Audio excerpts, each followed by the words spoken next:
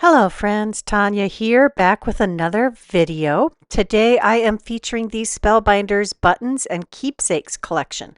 This is a bit close to my heart. This piece is the Vintage Atelier, and my first handcraft as a child was sewing, and I still sew. I sew my own clothes. In fact, this week I made myself a beautiful flowing twirly dress out of bed sheets because that's fun, isn't it? Fun. I like to reduce, reuse, recycle, even my in my crafting.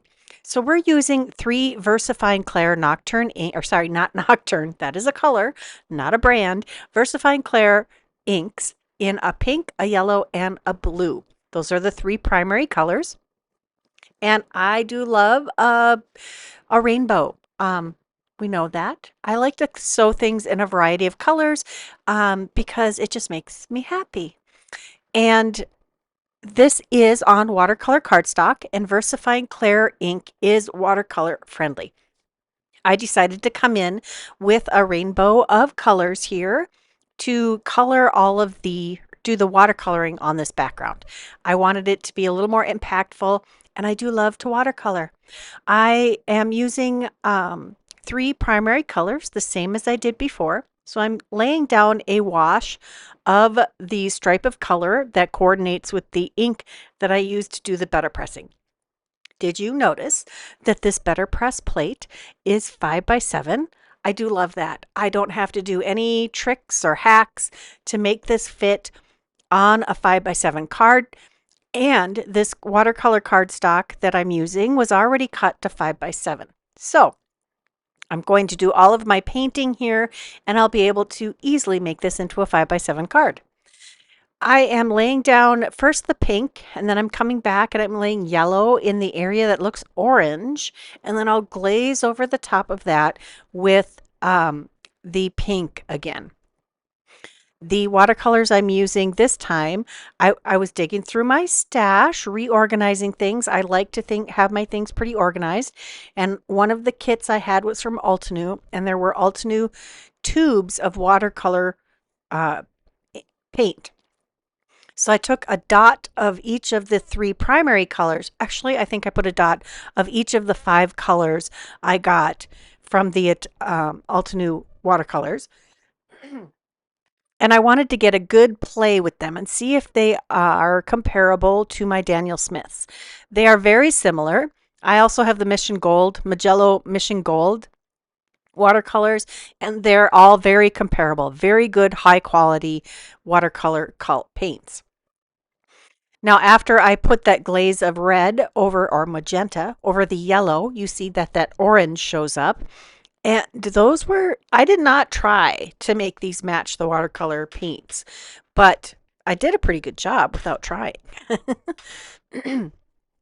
So over these areas that turned green on the VersaFine Claire inks where they overlapped, I am laying down yellow and then coming back over it with the blue or the cyan. I think that's actually what they named that color. Magenta for the pink and cyan for the yellow, the blue. And I don't remember what the yellow was called. Something yellow, I imagine.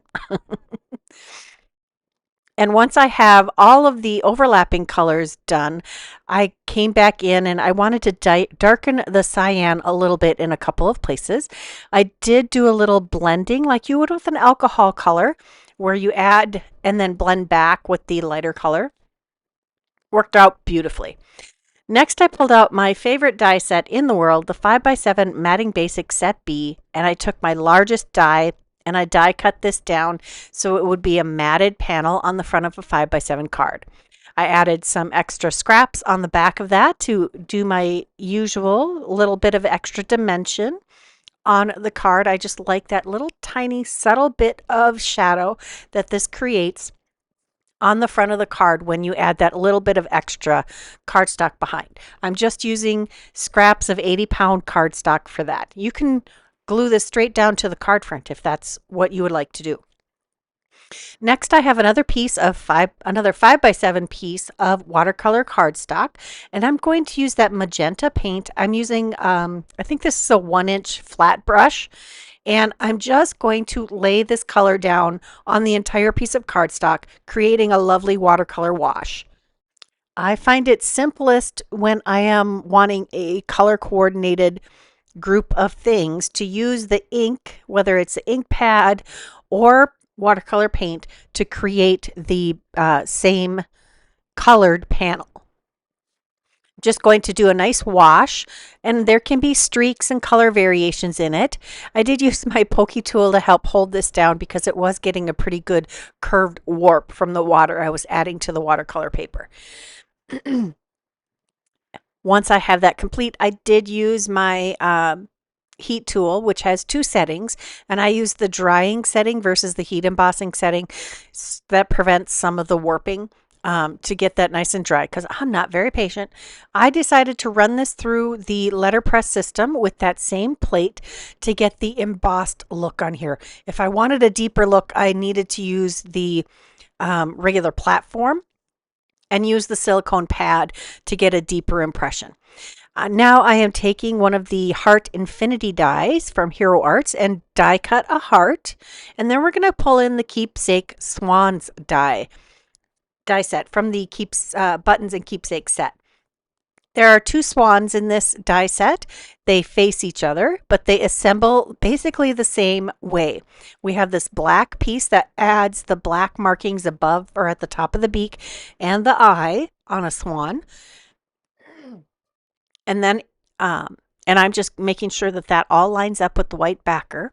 And then there is an orange piece, or the beak piece, that you can die cut from whatever color you'd like, but traditionally it is orange. Just going to get that squeezed right into the right spot. And then we have a wing that you can add to the side of your swan. Now, if you add the bows to your swans, you're only going to see a very little bit of that wing, but I still think it's important to add it personally. So here we have our two assembled swans, which look beautiful all on their own. But if you're into bows and frou-frou things, as my kids would call it, there are two different large fluffy bows to put on these swans. This one is the more simple of the bows. This one has layers of ruffles that you add to this little capelet that you can put on your little swan. And this piece I'm trying to fit on top of the larger piece actually goes under this piece. So I'm going to peel that off and place it on the piece correctly. And I did come back after I die cut all of these bow pieces from that watercolor wash, and I added another layer of the magenta watercolor paint on the pieces that were the main body of the cape, and left the ruffly pieces or the lacy pieces a lighter pink. I've assembled one of those cute little ruffles. So the larger of them goes under the capelet piece, and the thinner piece goes on top. So we get this great dimensional ruffly look. And it's really quite easy to line this up with the edges of the cardstock for the larger piece. And there's our little capelet. Here's a cute little bow that goes on to join the front. So there is a piece that kind of tucks behind the neck of your swan. So I'm going to try to carefully place that. And I do have to fiddle with this just a little bit. That's okay though. Now we'll put the larger piece on, again tucking part of it behind the neck of the swan, and then bringing it around to the front so they almost touch. Let's add our cute bow. Now the larger part of that bow goes on the it would be the swan's left side, but it's on our right side while we're looking at it. And this is the knot for the center of that bow. Let's go and glue the big bow on this other swan. And I did create a third swan to go on the inside of the card. This is that smaller center bow for the little capelet, and we're going to add that to our third swan. Now that we've created those bits, let's adhere the heart to the front of the card. I added some extra cardstock behind that and behind the swans. And we're going to add these two swans with the biggest of the bows on the front of the card on the heart. And I wanted their heads to just kind of tuck into the center of the arches, top arches of the heart. And then we're going to take a sentiment from the Heirloom Words Better Press and Die set from this same collection. Here are all of them glimmered. There's one plate and one die, so it's a one-go set. And I did cut a couple extra blanks to go behind our sentiment. I chose Happy Birthday for the front. There's a lot of things that would work for scrapbooking or memory keeping in this sentiment set also. So we're going to tuck that happy birthday at the base of our swans. And then we're going to take a sentiment for the inside. And this would work great if you're giving someone a gift of a homemade or a hand-sewn gift, whether it's a quilt or a piece of clothing or an accessory.